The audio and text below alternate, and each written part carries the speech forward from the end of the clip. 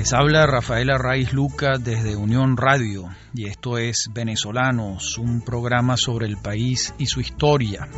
Hoy vamos a trabajar la figura excepcional, luminosa de Armando Reverón, el gran pintor venezolano, caraqueño, que nace en 1889 y muere en 1954. Reverón, titirite, Reverón, el muñeque, Reverón, pintor de pueblo, con pinceladas de sueños. Nace en la parroquia de Santa Rosalía, en Caracas, y es hijo de Julio Reverón Garmendia y de Dolores Travieso Montilla. La madre era valenciana, lo que conduce a que esto represente un punto de inflexión importante en los primeros años de vida del niño Armando Julio Reverón Travieso, que era como se llamaba. ¿Por qué? Porque el padre y la madre, que están atravesando por una situación personal difícil, por decirlo menos, llevan al niño a vivir con la familia Rodríguez Soca en Valencia. Y allí él va a vivir con esta familia, de la que forma parte una niña que se llama Josefina, apenas 3 años mayor que Armando. Él ha debido estar allá a partir de los 2 o 3 años, o quizás antes, porque él muchas veces dijo luego, ya adulto, que Josefina había sido su hermana de leche. Y se traba una amistad muy sólida entre estos dos niños, entre Josefina y Armando. Y va a ser en Valencia donde él tenga por primera vez contacto con la pintura. ¿Por qué? Porque allá va a conocer el taller del padre de Arturo Michelena, que era pintor también y que se llamaba Juan Antonio Michelena. El registro de los estudios formales iniciales de Armando Reverón, vamos a encontrar que estuvo inscrito con los hermanos de La Salle en Caracas en algún año y que también estuvo inscrito en el colegio del doctor Zuluaga en Valencia. Esos son sus primeros colegios y allá va a frecuentar, a ver y a maravillarse siendo un niño con el taller de Juan Antonio Michelena. Va a oler la pintura, va a ver lo que es un pincel, la paleta, los lienzos, y él testimonió después que aquel primer encuentro con el taller del pintor fue como un imán que lo dejó impresionado, notablemente impresionado, y siempre lo recordó y lo señaló como un primer encuentro con la pintura siendo un niño. También allá vamos a tener un cuadro de fiebre tifoidea. Estamos hablando de que esto va a ocurrir en 1902, es decir, Armando es un adolescente de 13 años y lo afecta severamente la fiebre tifoidea.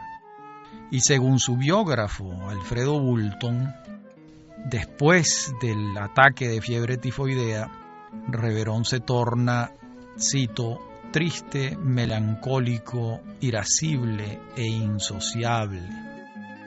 Incluso muchos años después, el psiquiatra que lo trata por sus afecciones psicológicas, el doctor Báez Finol, va a preguntarse si sus dolencias de adulto no guardaban alguna relación con aquel episodio de la fiebre tifoidea. Es una hipótesis, por supuesto, difícil de demostrar. En todo caso, en aquel momento en que le ocurre esta fiebre, él tiene una suerte de regresión, según señalan los testimonios de la familia. Comienza a jugar con muñecas, las acaricia y comienza a dibujar con un lápiz, a dibujar en un papel. No cabe la menor duda de que el episodio de la fiebre en la adolescencia va a ser un momento importante de su psicología. Ya después, adentrándonos en propiamente su educación formal como pintor, vamos a tener que se inicia en el año de 1908, cuando Reverón es un joven de 19 años. Se puede decir que ha entrado tarde a la Academia de Bellas Artes de Caracas, porque tiene 19 años y digamos que lo usual era al salir del bachillerato entre los 16 y los 17 años. Esa es la academia que va a dirigir el célebre pintor Antonio Herrera Toro, y allí va a asistir a clases el joven Armando Reverón y va a establecer un vínculo afectivo y amistoso, pero para toda la vida, con Manuel Cabré, el gran pintor del Ávila, y con un gran pintor venezolano también, Rafael Monasterios, también con César Prieto. Además, Prieto era su compañero en la casa de vecindad.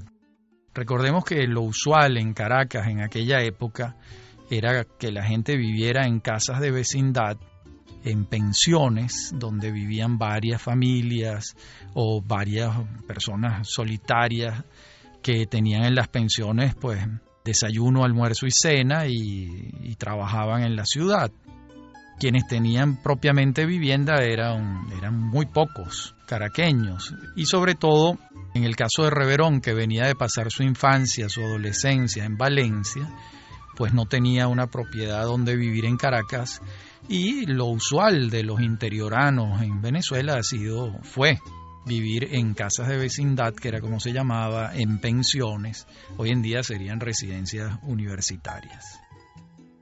Al año siguiente de comenzar Reverón sus estudios formales, en 1909, se produce una huelga de los estudiantes de la Escuela de Bellas Artes de Caracas, de la Academia de Bellas Artes. Esos estudiantes protestan por las rigideces de Herrera Toro. Se cierra temporalmente la institución y Armando viaja de nuevo a Valencia a visitar a su familia adoptiva. Y allá en Valencia comienza a pintar al aire libre. Sale de los muros de la academia y descubre un caudal de posibilidades en ese hecho de pintar al aire libre paisajes sin los muros de la academia, catando las tonalidades de la luz, etc. De esa temporada, en Valencia, muy cerca de la familia Michelena y de la familia Rodríguez Soca, que era su familia adoptiva valenciana, va a pintar una obra que se llama Josefina en el Jardín, 1909. Entonces Reverón tiene 20 años. Concluye la huelga al año siguiente y regresa a Caracas en 1910. Y entonces pinta su primer autorretrato, de los muchos autorretratos que pintó a lo largo de su vida. Estamos hablando del autorretrato de 1910. Va a pintar muchísimo a lo largo de su existencia. Ese autorretrato es de un joven con un cigarro en los labios y un sombrero negro, barbado, etcétera, ¿no? Al año siguiente, en 1911, cuando tiene ya 22 años, concluye sus estudios en la academia y es distinguido con calificaciones sobresalientes. El jurado estaba integrado por el propio director, Antonio Herrera Toro, por el gran pintor Federico Brand y por el pintor Álvarez García.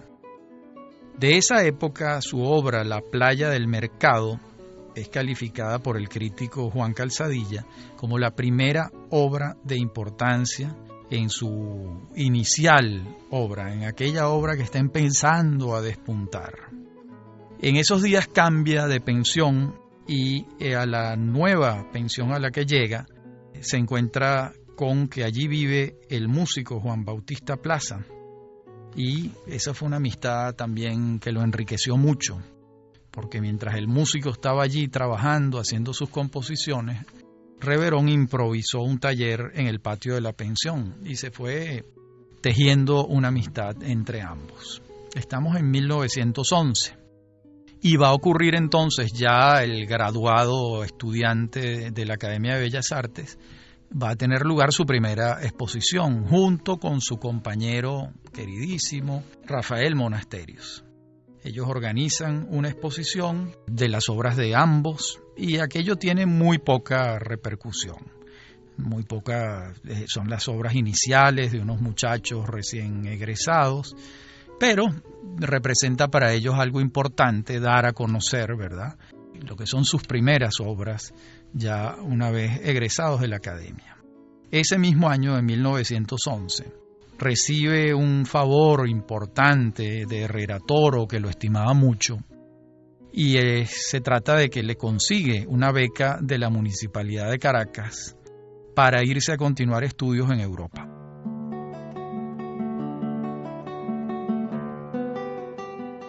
Eso es lo que va a ocurrir. Reverón escoge la Escuela de Artes y Oficios de Barcelona, en España, donde ya está en una avanzada su compañero Rafael Monasterios. Y allá va a estar entonces junto con Monasterios en 1911 y va a tomar clases de dibujo, de colorido, de composición, de paisaje libre. Al año siguiente regresa a Venezuela con un tema relativo a su manutención, buscar la renovación de la beca, etcétera. Lo logra y entonces se muda de Barcelona, ya no va a estar allá, y se establece en Madrid, en la famosísima Academia de San Fernando. Ahí es donde va a estudiar, a desarrollar esta segunda etapa de sus estudios formales de pintor. Allá conoce al maestro Ignacio Zuluaga, el gran pintor español. Lo va a visitar junto con unos compañeros en Segovia. Esto lo relata él con asombro. Pero también en Madrid es que va a conocer muy de cerca la pintura de Velázquez, la pintura del Greco y muy especialmente la pintura de Goya, que va a ser determinante en la combinatoria pictórica de Reverón. Va a concluir su curso en la Academia San Fernando al año siguiente, en 1913. Allí concluye su formación madrileña y entonces decide irse a París, a completar ya no estudios formales, sino a vivir en París, a ir todos los días al Louvre, a las Tullerías, a ver qué es lo que está pasando en aquella capital cultural europea. Y lo vamos a encontrar en París en 1914. Pero de esa etapa vamos a hablar en la próxima parte del programa. Ya Reverón no es un muchacho, ya ha concluido sus estudios formales, lo tenemos en París en 1914. Ya regresamos.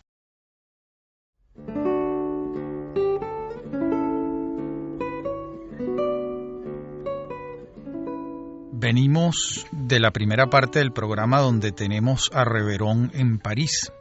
Allá lo vamos a hallar admirando la pintura de Degas, de Cézanne, viajando por Francia. Va con frecuencia a los alrededores de París, en particular a Chantilly. Trabaja al aire libre, se establece tardes enteras mirando el paisaje. Y también se hace muy amigo de un poeta venezolano excepcional que vive allá, que se va a llamar Salustio González Rincones. Uno de los poetas venezolanos más extraños, extrañísimo, totalmente a contracorriente en Venezuela y en Latinoamérica incluso. Sería tema de otro programa. Allá se hacen muy amigos, bajan juntos al Louvre, González Rincones le presenta gente, tienen un círculo ya de amistades. Pero en 1914 van a ocurrir varios hechos. Su maestro y protector, Herrera Toro, fallece en Caracas. Monasterios, por su parte, regresa a Venezuela. Y Reverón ya abandona París y regresa de nuevo a España. Pero estando en España, estalla la Primera Guerra Mundial, o la Gran Guerra, como también se le conoce. Entonces Reverón tiene 26 años y decide regresar. Regresa en 1914 a Venezuela y se va a encontrar con que sus compañeros, 2 años antes, han creado el Círculo de Bellas Artes de Caracas y él se integra de inmediato a las actividades del circo. Entre otras, una muy simpática, y es que siempre necesitados de recursos, los integrantes del círculo deciden convocar una corrida de toros para recaudar fondos para sus actividades, para su taller, para sus pinturas, etc. Y Reverón, que en sus años españoles se ha aficionado al toreo de una manera fervorosa, no solo participa, sino que es de los toreros en la novillada, vamos a decirlo así, en el circo metropolitano. No existía el nuevo circo de Caracas, el que existía era el circo metropolitano. Y allí van los que figuran en el cartel de toros de esa tarde, van a ser Monasterios, Baeseijas y Reverón.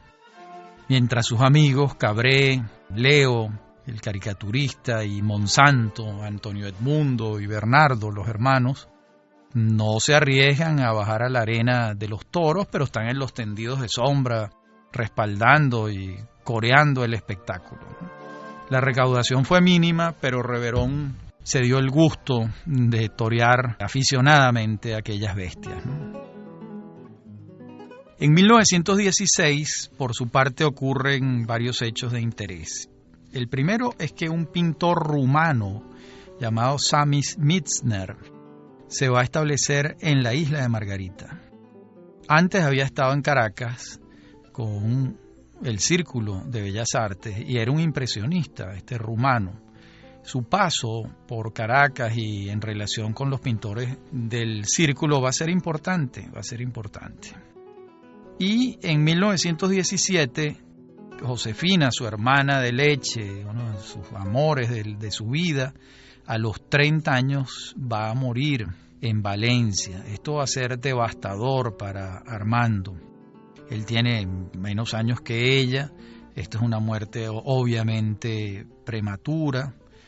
Y el pintor, nuestro pintor, se entristece y se refugia en La Guaira, en Macuto, en Maiquetía, por allá está.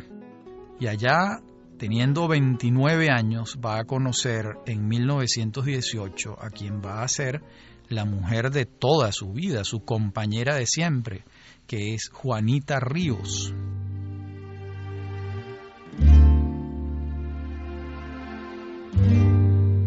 Se conocen en una fiesta de carnaval. Ella iba disfrazada de dominó. No me puedo imaginar esto. Debió ser como una caja que le cubría el cuerpo a Juanita. Y Armando estaba disfrazado de muerto. Eso sí, me imagino esos muertos mexicanos, pues un mono con un esqueleto, supongo yo. Y a partir de allí se trenzan en una relación afectiva hasta el final de su vida. Y ella comienza a ser la modelo de sus cuadros.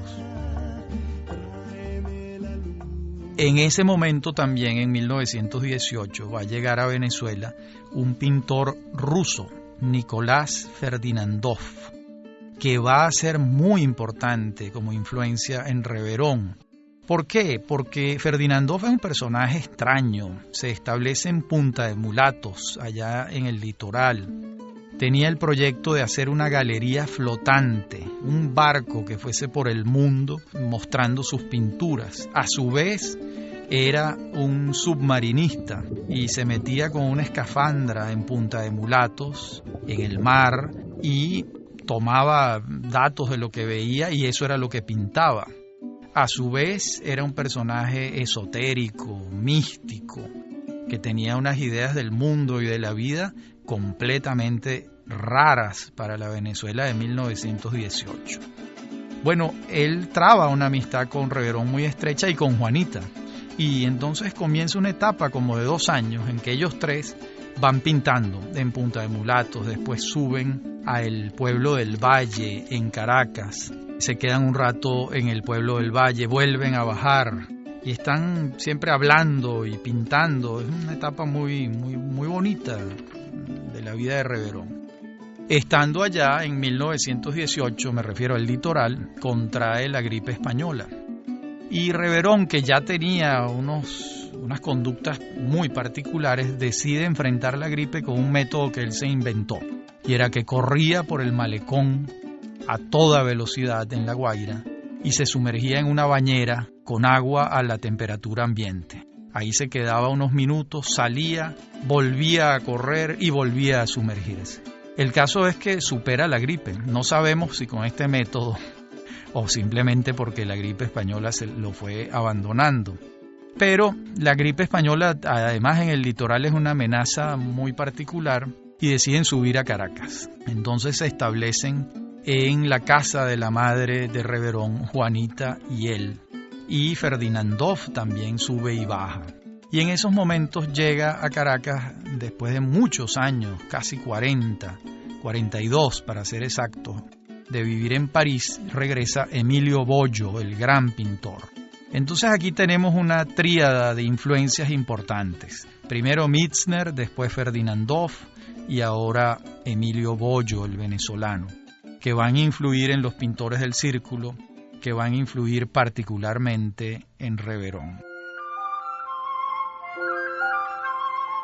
Y estamos ya en un hombre que está en 1919 y al decir de su biógrafo y el que estableció los períodos en la pintura de Reverón, Alfredo Boulton, está por comenzar lo que Boulton llamó el período azul, que va de 1919 a 1925 y que coincide con los 30 a 35 años, 36 años de Reverón.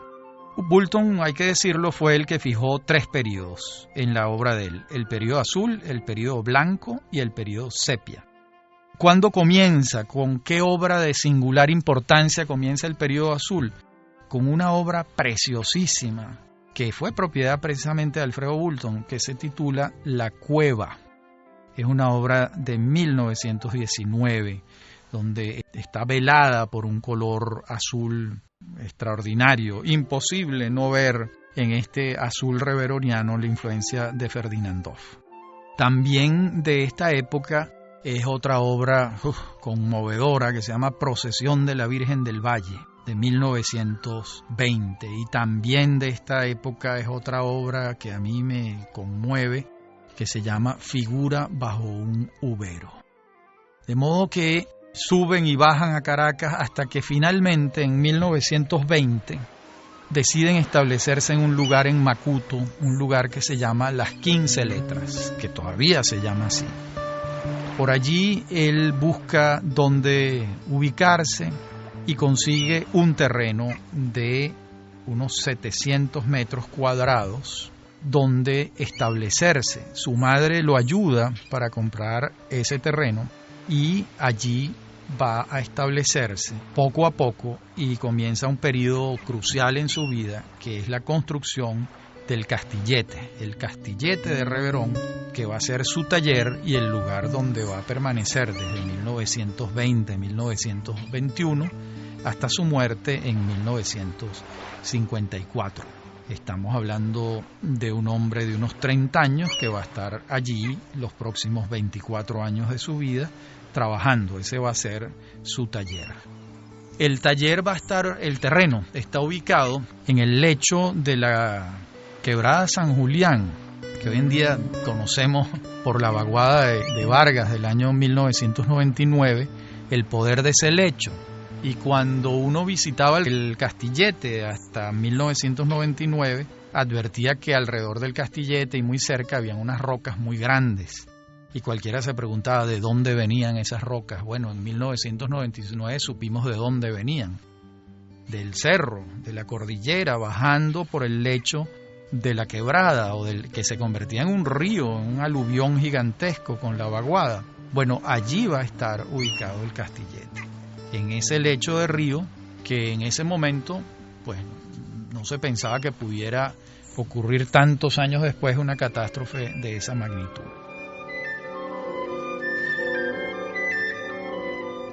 Allí va a estar él, y allí va a estar acompañado siempre por Juanita y por algo muy interesante que son los monos Panchos. ¿Por qué digo los monos Panchos?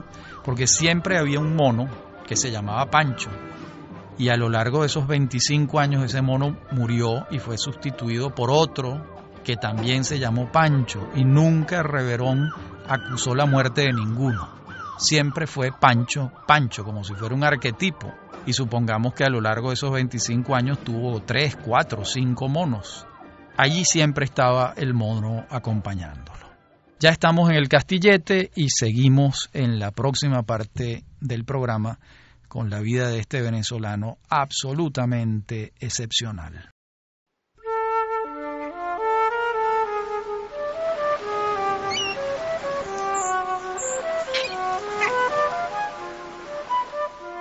Estamos con Reverón en el Castillete, en Macuto, y lo escuchamos decir: estoy en Macuto pintando desde hace muchos años. He logrado encontrar la simplicidad y la caricia de la sencillez. He conseguido hacerme familiar a la luz. También lo escuchamos decir en una entrevista: la vida es el gran teatro. Nosotros, ustedes, periodistas y fotógrafos, somos los personajes que representamos en la escena de la vida. Y en esta escena todos nos movemos bajo el cono de la luz que hay que llevar a la pintura. Luz en el teatro, luz en el lienzo, luz en el cine, porque en el cine como en la pintura lo fundamental es la luz. Esto es bellísimo y de una sabiduría ya profunda, ¿no? Bueno, pero a la par que va construyendo el Castillete, vamos a encontrar dos hechos que lo sacuden. Uno, en 1925 fallece en Curazao Nicolás Ferdinandov, víctima de una neumonía. Esto lo entristece a él particularmente. Y también vamos a entrar en una primera crisis psicológica de Reverón que lo mantiene alejado de la pintura. Tiene 36 años y va a tener esa primera crisis. Cuando sale de ella, ubica entonces Boulton el inicio del periodo blanco. Estamos hablando un periodo que va de 1925-26 a 1933-34 y que coincide con los años de la madurez de Reverón, entre sus 36 años y sus 45 años. De entonces es un testimonio fabuloso que toma Alfredo Boulton, no ya como crítico, sino como fotógrafo.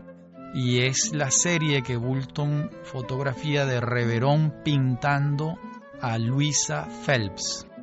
¿Por qué tiene tanta importancia? Porque aquello era un ritual, era un trance que Boulton explica de la manera más precisa. Lo voy a leer, dice Boulton. Era una gesticulación que sugería reminiscencias de tipo erótico y como ancestral ante la presencia del toro, tan constante en algunos pintores ibéricos, y que en el ímpetu con que Reverón embestía el lienzo pudieran significar una velada intención de tipo sexual. En aquellos momentos el artista se aislaba de todo contacto exterior, no tocaba metales, tapaba sus oídos con grandes tacos de algodón o pelotas de estambre y dividía su cuerpo en dos zonas, ciñéndose cruelmente la cintura. Luego, mediante un ritual lleno de gestos y de ruidos, como entrando en trance ante el lienzo, entornaba los ojos, bufaba y simulaba los gestos de pintar hasta que el ritmo del cuerpo y las gesticulaciones hubiesen adquirido suficiente ímpetu y velocidad. Entonces, con actitudes de espasmo, era cuando embestía la tela, como si fuese el animal que rasgaba el trapo rojo de la muleta. A veces, en esas embestidas, lograba incluso perforar la obra. Bueno, maravillosa la descripción de Boulton, del trance de pintar en el que se sumergía Reverón. Se amarraba un mecate en la cintura porque tenía que separar las partes limpias del cuerpo de las que él consideraba las partes bajas, vamos a llamarlo así. Era todo un ritual lleno de símbolos y de mitos que recalaban en él. De esta época son obras maravillosas: Lustras mi enramada, es de 1926, Cocoteros en la playa, Rancho con árboles, Rancho en Macuto, y autorretratos, etc. Es un periodo extraordinariamente fértil, el periodo blanco, que va a su final, va a coincidir con otra crisis psicológica. Entonces, bueno, deja de pintar. Cuando deja de pintar, pues Reverón queda inerme en su castillete, acostado, quién sabe haciendo qué. Hay muchos testimonios sobre qué ocurría con él mientras estaba en estos periodos de desarreglo, de tempestades, vamos a llamarlas así. Hasta que se recupera y comienza el último periodo, que es el periodo sepia, que va de 1934 hasta su muerte en 1954. En este periodo ya Reverón es un personaje que ha llamado la atención de mucha gente y comienzan a hacerse películas sobre él. En 1935 filma Edgar Anzola, la primera película que se hizo sobre Reverón. Un tiempo después filma Roberto Luca y un tiempo después la famosísima película de Margot Benacerraf. Entonces, bueno, estos son los años en que comienza el periodo sepia. Una vez recuperado de la tempestad psicológica, se recupera, quiere salir del castillete y se va a pintar en el puerto de La Guaira. De ahí es esa serie de pinturas del puerto que son maravillosas. Ya para 1948 el castillete está no solo terminado, sino habitado por todos estos personajes que Reverón ha ido construyendo para que vivan con él. Me refiero a las muñecas que tienen nombre, que tienen personalidad, que tienen historias que el propio Reverón les inventa.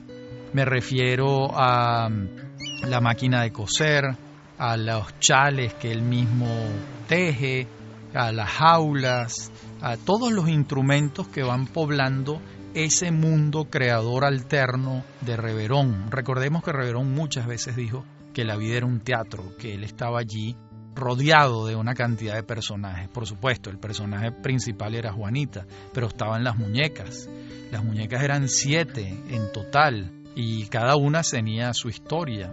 Ya estamos hablando de un hombre de unos 49 años que ha construido un mundo propio de objetos, de personajes, y que en un testigo que presenció aquel teatro, testigo de excepción, fue Vicente Gervasi, a quien yo entrevisté en alguna oportunidad y me relató un encuentro con Reverón que yo les voy a referir de inmediato. Esto decía Vicente. Reverón ese día dijo: mira Vicente, estoy haciendo algo muy especial, quiero mostrártelo. Nos llevó a un rancho que había hecho. En la puerta del rancho había una jaula con un canario de cartón pintado de amarillo y comentó: ese es mi canario, y comenzó a silbar como el canario. Luego entramos al rancho a ver lo que estaba haciendo. Había una escalera hecha con alambres que iba a una mezanina, todo esto hecho por él mismo. Debajo había una señora, una muñeca, cosiendo en una máquina hecha por él mismo. Al lado, a la izquierda, había un altar con una virgen y unos candelabros, todos hechos con papel celofán. Había una vitrina con unas copas del mismo papel con un fondo de vino pintado. Entonces ordenó Reverón: vamos a ponernos en fila. Colocó a los niños en escalera, a los hijos de Gervasi, de chiquitos a grandes. A mí me situó adelante diciendo: a ti te pongo adelante porque tú eres Monseñor Pellín en esta ocasión. Y ahora vamos a caminar hacia la Virgen de Coromoto. Y él también brindó con nosotros. Después, inmediatamente llamó, dijo Reverón: Marqués de los Olivares. Había arriba un señor vestido de frac con pumpá, un muñeco hecho por Reverón, y una señora vestida de española, a la que le dijo, también una muñeca hecha por Reverón, a la que le dijo: buenos días, señor Marqués de los Olivares, buenos días, señora Marquesa de los Olivares, les presento al poeta Vicente Gervasi, a su familia y a sus amigos. Entonces él mismo contestaba, como si fueran los marqueses: buenos días, señor Gervasi, y con voz de mujer decía: buenos días, señor Gervasi. Luego explicó: esto va a formar parte de una película que estoy haciendo sobre mí mismo, porque en las películas que han hecho sobre mí, allí no estoy yo. Yo voy a estar en la película que voy a hacer sobre mí mismo. Vicente le pareció aquello maravilloso, fabuloso, y eso es lo que me refiere en la entrevista. Una entrevista preciosa que se consigue y que revela cómo era ese mundo de Reverón lleno de personajes. Era un teatro, el teatro reveroniano, del que podemos hablar claramente. Va avanzando su vida. Reverón tiene una crisis en 1953, lo recluyen, lo trata el doctor, el psiquiatra, va a Espinol, en el sanatorio, allí se recupera, está mejor, comienza a dibujar. Se prevé que muy pronto Reverón volverá al Castillete recuperado a pintar, pero el destino tiene otra palabra y el 18 de septiembre de 1954, a las 6:45 de la tarde, Reverón tiene un derrame cerebral y fallece. Era un hombre de 65 años. Y comienza entonces otra etapa sobre Reverón, que es el juicio de la crítica, el juicio de los estudiosos. Y ese es un aluvión de trabajos, de comentarios, de interpretaciones que no ha cesado hasta el sol de hoy. Eso incluye comentarios críticos iniciales de Alfredo Bulton, de Juan Calzadilla, pero también las opiniones de Miguel Otero Silva, de Marta Traba, de Pascual Navarro, de Juan Liscano, y más recientemente de un crítico brillante venezolano que ha dedicado muchas páginas a estudiar la obra de Reverón, que es Luis Pérez Oramas. Todos estos críticos los vamos a verlos de inmediato, cuáles fueron sus apreciaciones. Comencemos por las apreciaciones de Pascual Navarro. Por ejemplo, Pascual Navarro dice en 1945, algo muy interesante, muy claro además, dice: Armando Reverón es un impresionista por lo ambiental, por lo pictórico y por la luminosidad, pero por el arreglo, ordenación, selección y composición de los elementos, pertenece a la concepción de los pintores del barroco clásico. Por su parte, Otero Silva dice: hemos calificado antes la orientación pictórica determinante en Reverón como impresionista, airelibrista, atmosferista o luminosista, que cualquiera de estas últimas palabras define mejor la escuela que el mote de impresionista tan arbitrariamente adjudicado. En la última parte del programa continuaremos sobre las valoraciones de la crítica y de los historiadores sobre la obra excepcional del pintor venezolano Armando Reverón. Ya regresamos.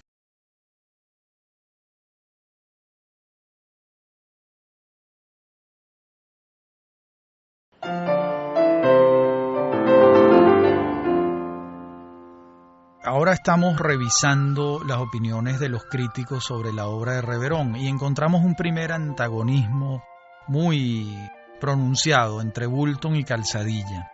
Para Bulton, Reverón creaba cuando estaba sano y sus desarreglos mentales no eran otra cosa que eso, unos accidentes que lo sacaban del camino de la pintura.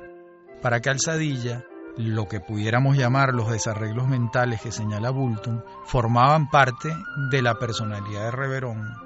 Incluso Calzadilla llega a decir que Reverón no estaba enfermo. Dice literalmente: la enfermedad de Reverón, en otras palabras, residía en los otros. Es una curiosa interpretación de Calzadilla, pero aquí tenemos los dos extremos. Un extremo bultoniano que dice: Reverón pintaba cuando no estaba enfermo, cosa que es verdad. Y un extremo calzadillano que dice: bueno, pintaba cuando no estaba enfermo, pero la enfermedad formaba parte de su vida y tampoco acepta Calzadilla que se tratara de una enfermedad. Allí tenemos esos dos extremos. Después tenemos un trabajo que se titula El erotismo creador de Armando Reverón, de Juan Liscano, que es muy interesante. Liscano se dedica a estudiar el tema erótico en Reverón. Y dice lo siguiente, Liscano: casi nunca Reverón, en su etapa sepia o blanca, pintó varones. El único varón era él mismo. Existen innumerables autorretratos suyos. En cambio, las mujeres colman sus composiciones hasta poder afirmar que la fémina y el paisaje fueron los temas de su vida. La obra de Reverón en gran parte expresa profundo erotismo visual, sensorial, con fijación carnal en la mujer. Esa atracción por las formas femeninas y los acercamientos vagamente lésbicos se advierten ya en los primeros cuadros que iniciaban su etapa de liberación. Esto lo va a trabajar en ese libro El erotismo creador de Armando Reverón, Juan Liscano. Los objetos de Reverón y qué significaban dentro de su obra los trabaja muy bien José Balsa en un texto recogido en su libro Análogo Simultáneo. Allí leemos: ¿qué decir? ¿Cómo mirar? ¿Qué fondo encontrar precisamente en la piel o en el lenguaje iniciático de esas piezas maestras, de ese engranaje para un mundo paralelo al nuestro? Nada, mucho. Tal vez solo la fuerza de su extensión simultánea, quizá el enlace entre ellos y las otras vidas de Reverón, posiblemente el nudo que ata a una realidad con otra y que las vuelve y se vuelve indescifrable.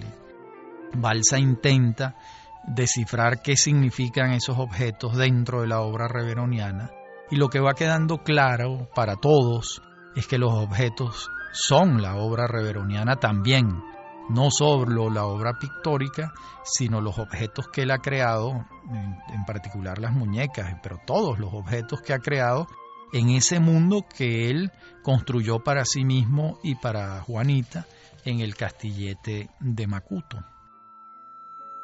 Y finalmente tenemos la opinión de Pérez Oramas. Voy a citar un párrafo bastante completo donde Pérez Oramas ubica el arte pictórico de Reverón. Dice: todo comienza una vez más con el impresionismo.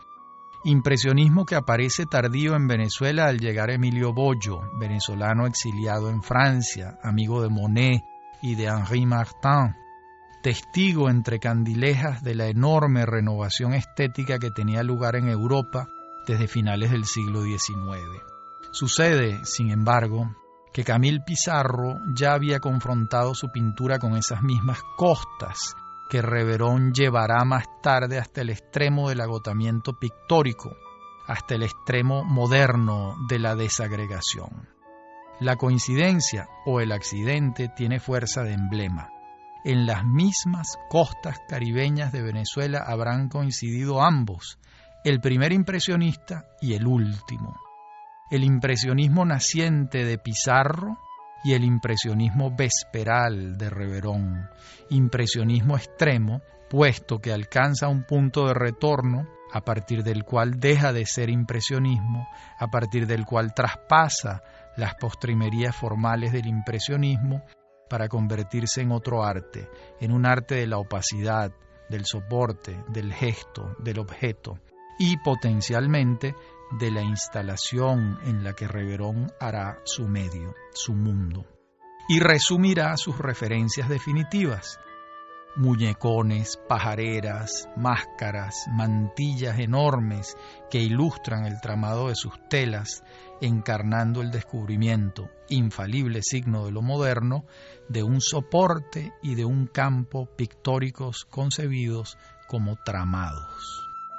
Este párrafo luminoso, reveroniano en ese sentido, de Pérez Oramas, aclara bastante lo que fue Reverón, su mundo, y cómo su mundo formó parte de su obra, y no pueden disociarse y comprenderse como un simple taller, el Castillete o sus objetos, unos objetos que lo acompañaban. No, formaba parte de la tarea creadora de aquel hombre que se dedica a estudiar y a entender la luz. Por cierto, allí es el momento de citar algo que el propio Reverón dice sobre esto que estoy diciendo. Dice Reverón: la pintura es la verdad, pero la luz ciega, vuelve loco, atormenta, porque uno no puede ver la luz. Esta es una cita de connotaciones mitológicas y religiosas de tanto calado, de tanta importancia, que sobrepasa lo que yo pueda decir aquí, pero evidentemente tiene un eco, una resonancia mitológica en muchas mitologías y culturas universales. La visión de la luz es un hecho esencial, vinculado con la revelación, con la plenitud, con la felicidad y con la verdad. Esa búsqueda de la luz que Reverón persigue en Macuto, en un lugar caribeño luminoso, va a ser la columna vertebral de su obsesión como pintor, como creador. Bueno, hemos llegado al final de este programa que francamente me ha emocionado mucho hacerlo, porque la vida y la obra de Reverón me tocan muy de cerca y espero haber abierto para ustedes el apetito en relación con este venezolano maravilloso. Habló para ustedes Rafael Arraiz Luca. Esto es Venezolanos. Me pueden conseguir por Facebook y en el correo electrónico rafaelarraiz@hotmail.com. Me acompaña en la producción Mary Sosa y en la dirección técnica Víctor Hugo Rodríguez y Fernando Camacho. Hasta la semana que viene.